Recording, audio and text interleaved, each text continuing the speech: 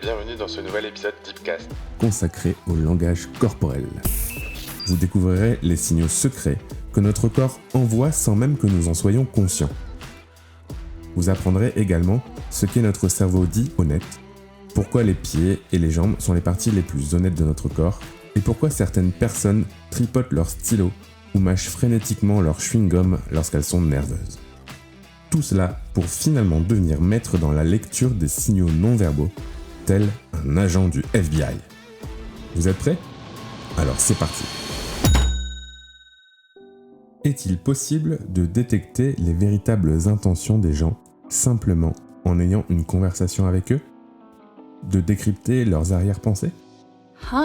Eh bien oui, et vous le faites déjà tous les jours sans vous en rendre compte, et cela à travers la lecture du langage corporel.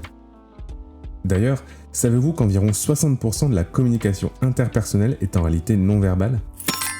En effet, des éléments comme les expressions faciales, les gestes, le toucher, les mouvements du corps, le ton et le volume de la voix constituent l'essentiel de la communication humaine.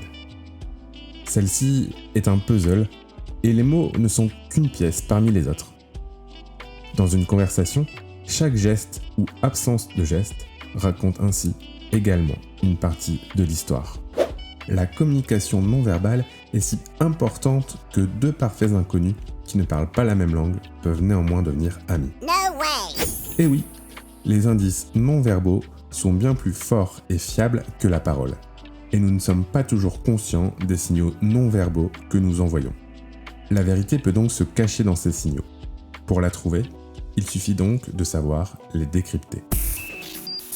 Prenons un exemple et imaginez un suspect qui refuse d'avouer son crime. Lorsque vous lui demandez où il se trouvait au moment du crime, il peut vous raconter une histoire crédible. Il se promenait en ville et a tourné à droite au coin de la rue lorsque le crime a eu lieu. Mais si vous voyez ses mains tourner à gauche lorsqu'il vous raconte cela, vous avez une bonne raison de ne pas le croire. Car inconsciemment, son langage corporel a mis en lumière la vraie direction et a révélé son mensonge. J'avais trouvé. C'était Shaolin le meurtrier. La communication non verbale est le moyen le plus fiable et direct d'obtenir des informations. Le FBI l'a d'ailleurs bien compris, et c'est la raison pour laquelle la plupart de ses agents sont initiés au cold reading, discipline qui inclut la lecture du langage corporel. Mais alors, d'où vient ce phénomène qui fait que notre corps communique des informations à notre insu et sans même que nous en ayons conscience? Eh bien, cela vient directement d'une partie du cerveau appelée cerveau limbique. Et c'est lui qui nous trahit. Il joue un rôle unique et essentiel de notre communication et notre manière d'être. Il est en partie responsable de notre survie et ne connaît jamais de répit, car il réagit à tous nos sens et à toutes les émotions de manière instinctive et instantanée. Les réactions du cerveau limbique sont des réponses de survie ancrées dans notre système nerveux, un peu comme des réflexes. Lorsque le cerveau limbique réagit à quelque chose, il envoie un signal au reste du corps pour lui indiquer ce qu'il doit faire. Ces signaux sont difficiles à dissimuler car, comme on l'a dit précédemment, ils sont instantanés, automatiques et inconscients. C'est pourquoi le cerveau limbique est souvent appelé cerveau honnête, car il ne triche jamais et amène notre corps à exprimer des pensées que nous avons, même si nous ne le voulons pas. Le portrait complet de la balance. Prenons un autre exemple pour illustrer ce phénomène. Vous avez peut-être remarqué que les gens se figent instinctivement quelques microsecondes lorsqu'ils sont surpris, la main dans le sac, en train de faire quelque chose de répréhensible. Eh bien cela vient, là encore, de notre cerveau limbique, qui, en cas de danger, nous propose 3 actions primaires. Ne plus bouger, fuir ou combattre. Ces 3 réactions instinctives, qui font partie de notre patrimoine ancestral, sont censées nous aider à nous protéger des prédateurs ou des situations menaçantes ou stressantes. Vous vous souvenez du T-Rex dans Jurassic Park ? Si tu ne bouges pas, il ne te voit pas. Putain, j'en ai marre d'avoir toujours raison.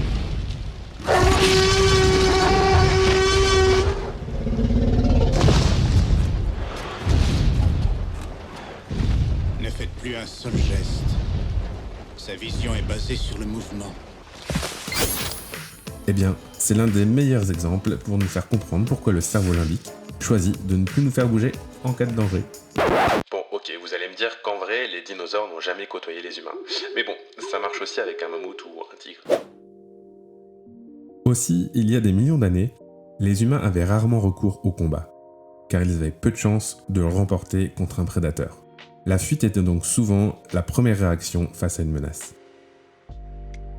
Aujourd'hui, dans une situation de stress au bureau par exemple, on ne s'enfuit pas littéralement, mais nos réactions de fuite se déclenchent toujours instinctivement.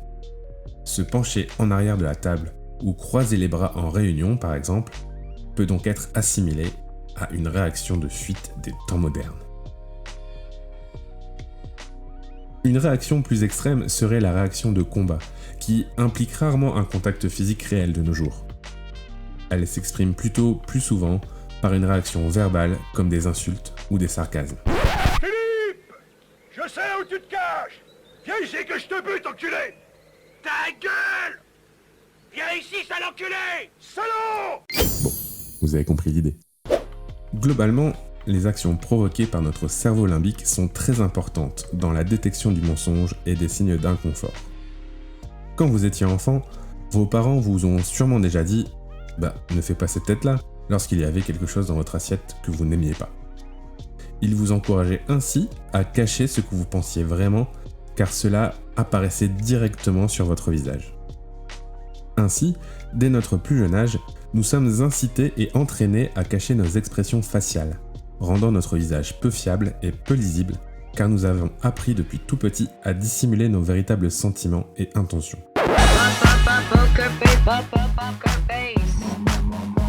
L'erreur la plus courante que les gens font lorsqu'ils essaient de lire le langage corporel est donc de se concentrer sur le visage. Les signaux non-verbaux les plus révélateurs sont en effet envoyés par les parties du corps les plus inattendues comme les pieds. Et oui, pendant des millions d'années, nos pieds ont appris à réagir instantanément aux menaces extérieures, bien avant l'apparition du langage verbal. Nos pieds nous ont permis en effet de fuir instantanément les animaux féroces comme les lions, le sable trop chaud, ou encore d'écraser des insectes menaçants ayant eu la mauvaise idée de s'approcher trop près. Aussi étonnant que cela puisse paraître, cet héritage ancestral est encore bien visible aujourd'hui. Les mouvements des pieds sont donc la plupart du temps involontaires et donc honnêtes et révélateurs de la pensée d'autrui. Par exemple, lorsque les pieds de votre interlocuteur se détournent légèrement de vous, cela peut signifier plusieurs choses. Soit que votre interlocuteur est sur le point de partir, soit qu'il veut partir, ou bien encore qu'il ne se sent pas en confiance avec vous. Il existe une autre raison pour laquelle les signaux non-verbaux émis par les pieds et les jambes sont importants. Ils sont faciles à remarquer et ont une incidence sur le reste du corps. Les jambes croisées sont un signe qui peut signifier beaucoup de choses. Nous croisons souvent les jambes lorsque nous sommes à l'aise. Ainsi, lorsque deux personnes discutent et qu'elles croisent toutes les deux les jambes, cela peut signifier qu'elles sont toutes les deux à l'aise. Des jambes décroisées peuvent, en revanche, indiquer un malaise. Parfois cependant, les jambes croisées en position assise peuvent servir de barrière entre l'interlocuteur et l'autre personne, montrant une prise de distance inconsciente. D'autres signes provenant des pieds sont également très perceptibles. Sans s'en rendre compte, certaines personnes remuent souvent les pieds pointe vers le haut lorsqu'elles sont joyeuses, et ces mouvements peuvent se propager inconsciemment dans tout le corps, jusqu'au visage et aux lèvres. Autre partie du corps importante, le ventre et le torse. Ce sont les régions qui comportent le plus d'organes vitaux. Le cerveau limbique fera donc tout pour les protéger. Tout ce que votre interlocuteur interpose entre lui et vous-même doit alors être perçu comme un acte défensif. Cela peut être un bras, les deux bras croisés ou n'importe quel objet, même s'il s'agit simplement d'un verre.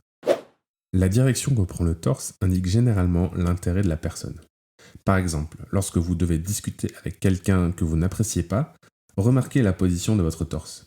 Vous verrez qu'il est tourné de telle manière à ne pas vraiment lui faire face. L'exposition du ventre est également très révélatrice. Pour une personne assise, vous pouvez déterminer son niveau de confort en fonction de l'exposition du ventre. Ses bras sont-ils écartés et l'abdomen bien visible ? Ou au contraire, prend-elle une position plus défensive visant à protéger ses organes vitaux ? L'inclinaison du buste, quant à lui, est un signe universel de déférence, de respect et de soumission. Ce comportement est commun à l'ensemble de l'humanité, à des degrés plus ou moins marqués, bien évidemment. Mais si vous voulez savoir qui est le leader d'un groupe, repérez celui qui ne se courbe jamais. Souvenez-vous de la dernière fois que vous avez serré la main d'un inconnu. Combien de temps la poignée de main a-t-elle duré ? Vous a-t-elle également touché le bras ? Sa poigne était-elle forte et affirmée ? Nous pouvons en apprendre beaucoup sur les pensées et les intentions d'une personne simplement en observant ses mains et ce qu'elle en fait. Clé de notre survie, nos mains sont aussi précises que polyvalentes. Nous les utilisons pour peindre, par exemple, mais aussi pour porter des objets lourds. Nos mains peuvent donc révéler beaucoup d'informations sensibles. L'être humain a même une tendance naturelle à se concentrer sur les mains des autres personnes. Ceci est d'une logique essentielle pour notre survie. Car si nous voyons quelqu'un tenir quelque chose, nous devons immédiatement savoir si c'est menaçant pour nous. Nous devons également détecter extrêmement rapidement ce que cela signifie si quelqu'un pointe quelque chose du doigt. Aussi, montrer quelqu'un du doigt déclenche des réactions hostiles et négatives. Imaginez que quelqu'un prononce la phrase « Je sais que c'est toi qui l'as fait » en vous montrant du doigt. Sans le pointage, il pourrait s'agir d'une simple affirmation. Mais avec le pointage, cela devient une accusation. Preuve on ne peut plus claire de l'importance de la gestuelle dans notre communication. Les pouces sont également très expressifs. Le signe du pouce levé, par exemple, est un geste important compris dans le monde entier. Les personnes qui ont un statut social élevé ou qui veulent en donner l'impression peuvent souvent être vues avec le pouce sortant de leur poche en signe de confiance. Vous savez quoi ? Ce matin, j'ai vraiment la niaque. J'ai la pêche. Comme tous les matins d'ailleurs. Je sais pas pourquoi. Peut-être parce qu'au fond de moi, je suis un winner. Par exemple, cet été au ping-pong, j'ai remarqué que j'aimais bien être number one. Pour contrer le stress, nous adoptons des comportements dits pacificateurs, destinés à calmer le corps. Ces comportements se produisent presque toujours juste après l'événement stressant. Ainsi, une personne qui tremble avec un crayon lorsqu'elle est nerveuse peut commencer à le mâcher pour arrêter son tremblement et essayer de se calmer. Lorsqu'une personne se voit poser des questions gênantes, elle peut se toucher le visage ou le cou. Ce sont là quelques exemples de gestes pacificateurs. Chaque personne a un comportement pacificateur différent. Si vous voulez bien décrypter quelqu'un, vous devez donc d'abord apprendre à le connaître pour savoir comment il se comporte en temps normal ou lorsqu'il est stressé. Si vous connaissez ces différents états émotionnels et si vous pouvez les détecter, alors les comportements pacificateurs ressortiront davantage. Pour être en mesure d'analyser avec précision les pensées cachées et les indices non verbaux d'une personne, l'observateur doit d'abord connaître le comportement de base du sujet. Si vous savez comment une personne agit dans un cadre calme et neutre, vous saurez alors si son comportement diffère de d'habitude. Quelle est la position dite de base, de ses mains ou de ses pieds ? Et quelle est son expression faciale habituelle ? C'est en repérant les comportements qui sortent de l'ordinaire que vous pourrez établir un diagnostic précis. Quoi qu'il en soit, bien lire le langage corporel requiert du temps et de l'entraînement. Vous devez affûter vos capacités d'observation. Aussi, il ne suffit pas de connaître la théorie ou des modèles de comportement préétablis pour être un bon body reader. Un geste isolé ne signifie en effet pas grand-chose. Il vous faut connaître le contexte de la conversation ainsi que le plus grand nombre de détails possibles afin de faire une interprétation complète de la gestuelle inconsciente de votre sujet. Autre point très important, n'oubliez pas d'être discret dans vos observations. Si vous fixez quelqu'un, vous dévoilez vos intentions. Cela rendra votre observation inutile car la personne adaptera de fait son comportement au vôtre. Commencez donc votre pratique par la lecture de signes non-verbaux faciles et évidents que vous pourrez repérer facilement. Nous arrivons bientôt au terme de cet épisode sur le langage corporel. Pour résumer avant de conclure, retenez bien ces 3 points clés. 1. Notre cerveau limbique envoie des signaux à notre corps sans que nous en soyons conscients, provoquant des mouvements involontaires. Comme nous ne sommes pas conscients de ces mouvements, ils peuvent exprimer des vérités alors que nous souhaitons les cacher. 2. Il est beaucoup plus facile de duper les gens avec notre visage car nous avons appris à le contrôler depuis notre plus jeune âge. Si vous voulez voir si quelqu'un ment, observez ses mains, ses jambes et ses pieds pour détecter des mouvements inhabituels et voyez s'il fait plus de pauses que d'habitude pour réfléchir à ce qu'il dit.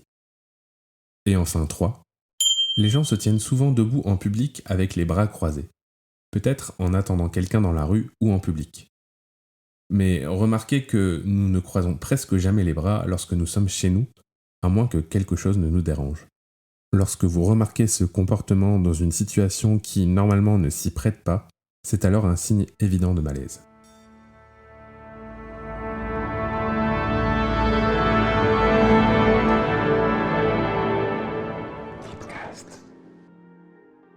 Pour conclure, attardons-nous quelques instants sur la fiabilité d'une interprétation de la gestuelle corporelle. Pouvons-nous être certains de ce que nous décryptons ? Eh bien, comme pour beaucoup de choses, ça dépend. Lorsque vous observez les signes non-verbaux d'une personne, faites attention à la correspondance entre son expression verbale et non-verbale.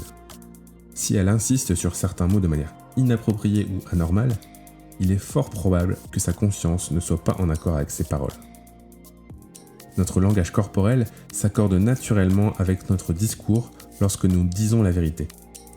Nous utilisons nos mains lorsque nous nous disputons ou nous lançons des regards furtifs lorsque nous sourions. Nous effectuons ces actions sans y penser, signe de leur honnêteté. En revanche, lorsque nous mentons, nos paroles ne correspondent pas aux mouvements de notre corps. Les personnes qui mentent lors d'un interrogatoire auront toujours besoin d'un peu plus de temps pour inventer une histoire fictive, par exemple. Et certains de leurs mouvements pourront être légèrement décalés avec leur dire. Il est également important de garder à l'esprit que, dans une situation d'interrogatoire, vous pouvez vous-même influencer le comportement du suspect. Et oui, la communication va dans les deux sens. Veillez donc à rester le plus neutre possible dans votre manière d'être.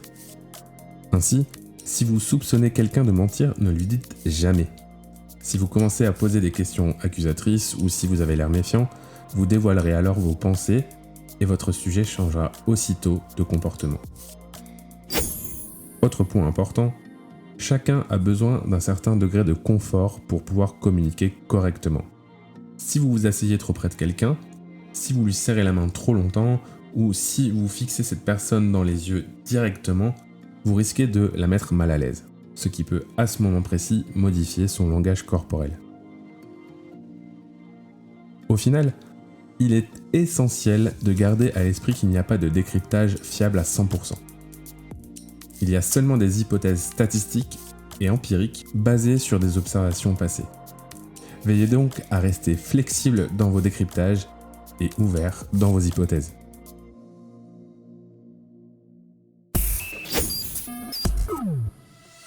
Et voilà, c'est tout pour ce numéro Deepcast. N'hésitez pas à vous abonner, on est partout, Apple Podcast, Deezer, Spotify et même sur YouTube.